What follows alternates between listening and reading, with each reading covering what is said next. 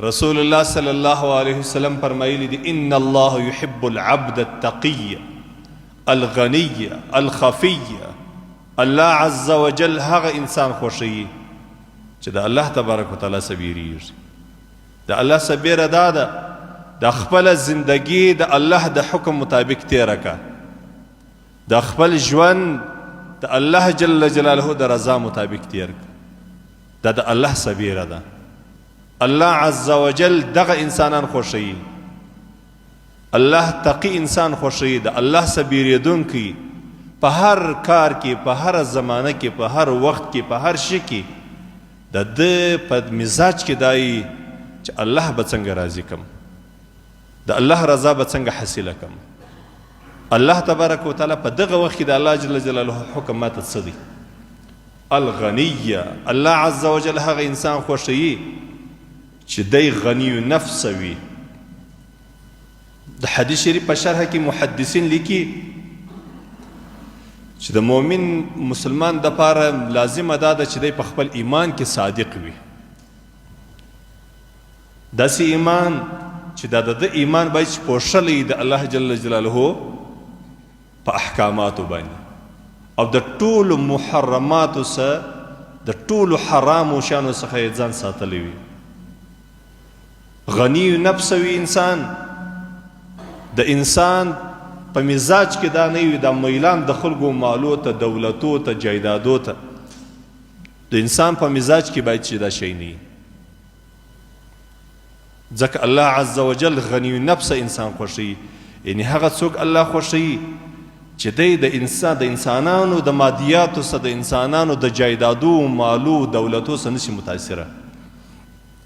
که چیرې یو انسان له دې څخه متاثره سو چې دا د خلک دونه مالونه لري، دونه جایدادونه لري، دونه مارکیټونه لري، دونه دنیا یې د دونه آمدن دی، بیا به د دغه انسان څخه خپل رب جل جلاله یېري.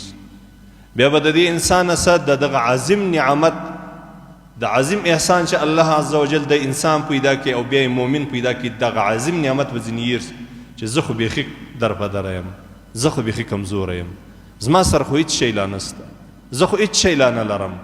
نعوذ بالله، نعوذ بالله، نعوذ بالله.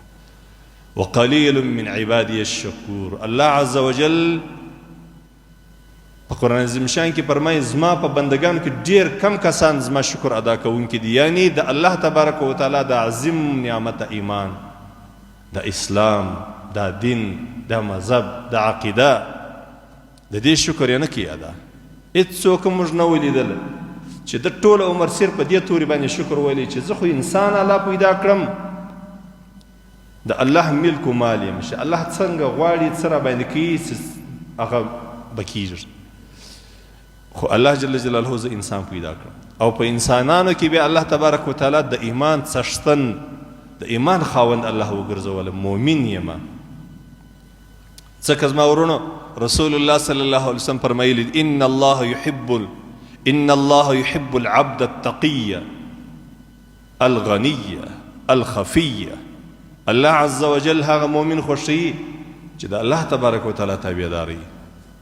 الله عز وجل هغه مؤمن خوښوي چې د الله د رسول صلی الله علیه وسلم پر طریقه باندې ژوند تیر کړي. یعنی بې پروایي د خلکو د مالو، د جایدادو څخه، د خلکو د مادیاتو څخه، د باچییو څخه، د وزارتو څخه بې پروایي. الخفیه.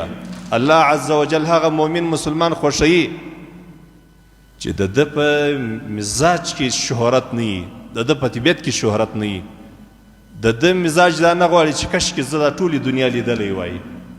د ده په مزاج کې ملنګي، یعنی دا ځان پټول د الله د دین دپاره. ډېرو مجالسو ته سړی نسي ور، ډېرې غټې غټې جلسې یي، ډېر غټ غټ مجلسونه یي، ډېر د دنیا معتبره خلک سره راټولي.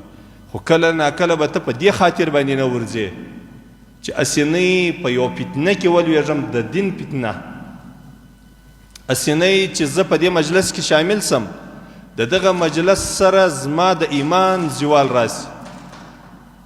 اسینۍ چې زه د دغه مجلس سره د الله په قهر و غضب باندې اخته نسم. اسینۍ چې د دغه مجلس په کولو باندې الله عز وجل را سره ناراضه نسي. دې ته څوک وایي الخفیه. الله دا انسان خوښوي، دا پټ دا لرې کېدونکی، دا د خلکو پرېښوونکی، نه ځي په خلکو پسې نه ګرځي، په لویو لویو مجلسو، په لویو وزارتو، په لویو دفترانو، په لویو مجلسو کې ناسته نه یې خوښه. په دې خاطر باندې نه، خدای انسان دی، خدای انسان په طبیعت کې دا ځان ښکاره کول، دا شو شا، دا ځان ښکاره کول، دا د خلکو مجلسو ته تلل، دا خو د انسان په طبیعت کې دی، د انسان دا شیان خوښ دي. خدای یې نه کوي. دی یې ولې نه کوي؟ دی وایي هسې نه یي چې زه دا مجلس ته ورسمه عجب و تکبر راکې پیدا سي. دی وایي زه باید چې نه سم ور دا مجلس ته، په دې خاطر باندې چې هلته له هغه ځایه له ځانه سره بېدیني رانه وړم.